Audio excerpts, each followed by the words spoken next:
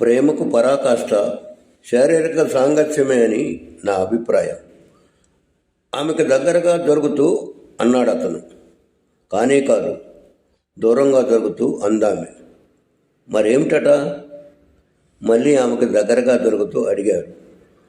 ప్రేమకు పరాకాష్ట త్యాగం కాదు, శారీరక సాన్నిధ్యం అంతకంటే కాదు. ఓ విధంగా పెళ్ళి అవుతుంది. అతని నుంచి కొంచెం ఎడంగా జరిగి చెప్పింది. మీ ఆడవాళ్ళంతా ఇంతే. పెళ్ళే జీవిత పరమావధి అనుకుంటారు. అసలు పెళ్లి చేసుకోవటం తప్ప జీవితంలో సాధించాలని ఇంకేదీ లేదనుకుంటారు. అతని స్వరంలో ఇసుకు ధ్వనించింది. పొరపాటు. పెళ్లి జీవితంలో ఒక భాగం మాత్రమే అని మా ఆడవాళ్ళ అభిప్రాయం. అంతేకాదు, ప్రేమించిన వాడితో జీవితాంతం గడపాలనుకోవటం మా ఆశ. కానీ దాన్ని మీ మగవాళ్ళు సరిగా అర్థం చేసుకోలేదు. అందుకే ఎప్పుడూ మా ఆడజాతిని దుమ్మెత్తిపోస్తుంటారు. కొంచెం కోపంగానే అందామె. మళ్ళీ అతని స్వరంలో ఇసుకు. అజ్ఞానం కాదు, అన్నిటికన్నా భయంకరమైన జ్ఞానం స్పర్శ జ్ఞానం అన్న విచక్షణ జ్ఞానంలో ఉన్నావు. కొంచెం ఇసుగ్గానే అందామె. నేను కేవలం నిన్ను తాకుతానన్నాను. ఇందులో తప్పేముంది? అతని స్వరంలో కోపం తొంగి చూసింది. స్పర్శించడంలో కూడా మళ్ళీ 3 రకాలున్నాయి. ముట్టుకోవటం, ముద్దు పెట్టుకోవటం, కౌగలించుకోవటం. ఈ మూడింట్లో నీకు ఏ స్పర్శ ఇష్టం? సురుగ్గా అడిగింది. 3ను 2 రకాల మౌనం అనంతరం బాగా ఆలోచించి చెప్పాడు. వయసులో ఉన్న ప్రతి వాళ్ళకి కలిగే కోరిక ఇది. తమని ఆకర్షించిన వాళ్లతో పరిచయం పెంచుకోవాలనిపిస్తుంది. పరిచయాన్ని ప్రేమగా మార్చుకోవాలనిపిస్తుంది. ముద్దు పెట్టుకున్న క్షణంలోనే అద్దులు దాటేయాలన్నంత ఆవేశం వస్తుంది. అదిగో, సరిగ్గా అప్పుడే సెల్ఫ్ కంట్రోల్ లేకపోతే ఆ తర్వాత ఎంతైనా జరిగిపోవచ్చు. అటుపై ఆ సంఘటన, సందర్భము ఎక్కడికైనా దారి తీయవచ్చు. అన్ని రకాల అనర్థాలకి కారణమైన ఆ కాస్త కోరికని పెళ్లికి ముందు కోరవద్దని నిన్ను అర్థిస్తున్నాను. నన్ను అర్థం చేసుకో ప్లీజ్, నచ్చ చెబుతున్నట్లుగా అంది. ఆమె మాటలు అతనికి పూర్తిగా సమ్మతమయ్యాయో లేదో కానీ అయినట్టు మాత్రం తల పంకించాడు. ఆ తర్వాత చిన్నగా నవ్వాడు. అతని చిరునవ్వు ఆమె గుండెలో 1000 వసంతాలు పూరించింది. హాయిగా నిట్టూర్చింది. మరో అరగంట తర్వాత ఇద్దరు చెరో దిక్కు విడిపోయారు. గత కొద్ది రోజుల నుంచి ఈ ఇద్దరి మధ్య ఇంచుమించుగా ప్రతిరోజు జరిగే తతంగమే ఇది. ఎన్నో ఆశలతో, ఎన్నో కోరికలతో, ఎంతో ఆతురతో, మరెంతో ఆరాటంతో.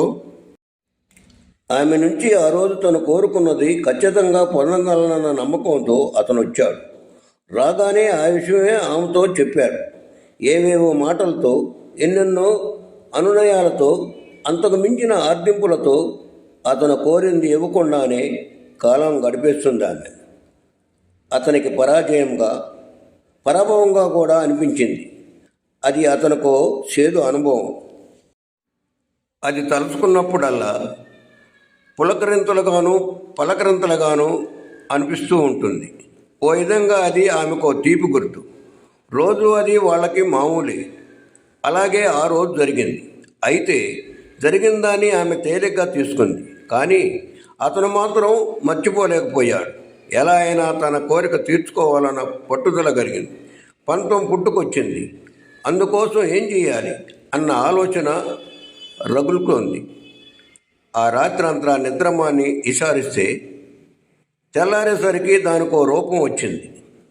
ఇక తిరుగులేదన్న నమ్మకం కలిగిన తరువాత ఆమె కోసం బయలుదేరాడు.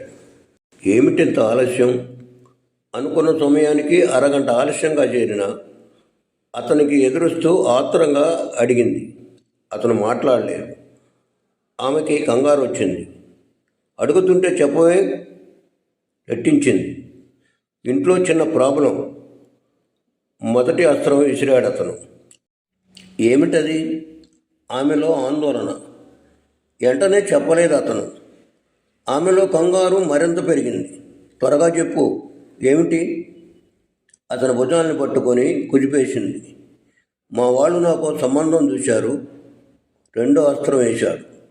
ఆమె గుండె జల్లుమంది. పెళ్లి సంబంధమే. కళ్ళు ఇప్పార్చుకొని గుండెల మీద చేసుకుంటూ అడిగింది. అవునన్నట్లు తల ఊపాడు. మరి నువ్వేమన్నావు? అతని చేతులని తన చేతుల్లోకి తీసుకుంటూ అడిగింది. అతను మాట్లాడలేదు. క్లిష్ట పరిస్థితుల్లో ఏమిటి మనిషిలోని మౌనం అవతల వ్యక్తిలో భయాన్ని పెంచుతుంది. ప్రస్తుతం జరిగింది ఇదే. చెప్పు, నువ్వేమన్నావు? ఆమె స్వరంలో జీర, కళ్ళల్లో నీటి పొర. ఈసారి కూడా మౌనమే అతనిచ్చే జవాబు అయింది. ప్లీజ్, నీ మౌనంతో నన్ను చంపకు. మాట్లాడు. నన్ను వదిలి ఎక్కడికి పోనని చెప్పు. నువ్వు లేకపోతే నేను బ్రతకలేను. నిన్నిడిచి నేను ఉండలేను. నన్ను వదిలి వెళ్ళొద్దు. అతని గుండెల మీద వాలిపోయి ఏడవసాగింది. తను సంబంధించిన వదిలిన అస్త్రాలు ఆమెను సరిగ్గానే పడగొట్టాయన్న విషయం అతనికి అర్థమైంది. ఎద మీద వారిన ఆమెను మరింతగా తనలో పొదుపుకున్నాడు. అతని పెదవుల మీద విజయగర్వంతో కూడిన చిన్న చిరునవ్వు మెరిసి మాయమైంది. అదే మంచి అదునని అతనికి తెలుసు. అందిన అవకాశాన్ని చేజార్చుకోకూడదని అతని మగబుద్ధి మరీ తొందర పెడుతుంటే మెల్లగా రియాక్ట్ అయ్యాడు. ఆమె భుజాల మీద ఉన్న చేతులను తీసేసి అరచేతులతో ముఖాన్ని పట్టి పైకెత్తాడు. ఆమె కన్నీటిని తుడిచాడు. ఆ తడిచిన కనుదోయిపోయి తన పెదవుల్ని ఆనించాడు. మునుపటిలా చటుక్కున అతని తోచేసి దూరంగా జరిగిందామె. అతని ముఖంలోకి చూస్తుంది. ఆ కళ్ళలో నేను నిన్ను తప్ప మరెవరిని ప్రేమించలేను అని అతను తనతో ఆర్తిగా ఆత్మీయంగా ఆప్యాయంగా మళ్ళీ చెప్పాలన్నంత ఆశ అతనికి అర్థమైంది. అయినా మాట్లాడలేదు. తన చేతుల్ని మెల్లగా ఆమె భుజాల మించి నడుం మీదకి పోనించాడు. అక్కడి నుంచి ఇంకా ఎక్కడికెక్కడికో క్షణాల్లో అతని కోరిక తీరింది. ఆవేశం చల్లారింది. తృప్తిగా నిట్టూర్చాడు. ఆ నిట్టూర్పు తర్వాత అయినా తను ఆశతో అతని వైపు చూస్తుంది ఆమె. మెనీ థ్యాంక్స్, ముక్తసరిగా చెప్పాడు. అటు తర్వాత అతను మాట్లాడేది తన పెళ్లి గురించే అనుకుందామె. కానీ ఆమె ఆలోచనని తలక్రిందులు చేశాడు అతను. ఆడది నిగ్రహ శక్తికి ప్రతీకని నువ్వెన్నోసార్లు నిరూపించావు. ఆమె దేనికి అభ్యంతరం చెప్పలేదు, చెప్పదు కూడా. తను ఆశించిన విషయం అతని నోట్లోంచి వచ్చేదాకా అతను ఏం చేసినా ఆమె కాదనదు. ఆ సంగతి అతనికి బాగా తెలుసు. కనుకనే తన ఇష్టం వచ్చినట్లు ప్రవర్తించాడు. చెప్తున్న అతని మాటల్లో కళ్ళల్లో విజయగర్వం కదలాడుతోంది. ఆమె అయోమయంగా వింటుంది. నిజమైన ప్రేమకి పరాకాష్ట పెళ్ళి, పరిచయానికి పరాకాష్ట శరీరక సంబంధం. చెప్పటం ఆపి ఆమె కళ్ళల్లోకి చూశాడు.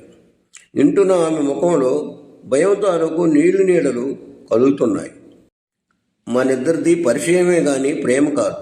అంచేత మనిద్దరి మధ్య ఉన్న పరిచయం 2 క్షణాల క్రితం తీరిపోయిన నా కోరికతో ముగిసిపోయింది. ఇక నుంచి నీకు నాకు ఎటువంటి సంబంధం ఉండదు. గుడ్ బై చెప్పేసి వెళ్ళిపోయాడు అతను. ఆమె నిర్ఘాంతపోయింది. నిగ్రహానికి పరాకాష్ట నష్టపోవటమేనన్న భయంతో తన హద్దులను దాటి నమ్మకానికి పరాకాష్ట మోసపోవటమేనన్న నగ్న సత్యానికి ప్రతీకగా శిలాప్రతిమలా ఉన్న చోటనే నిలబడిపోయింది. ఆమె మోసపోయింది.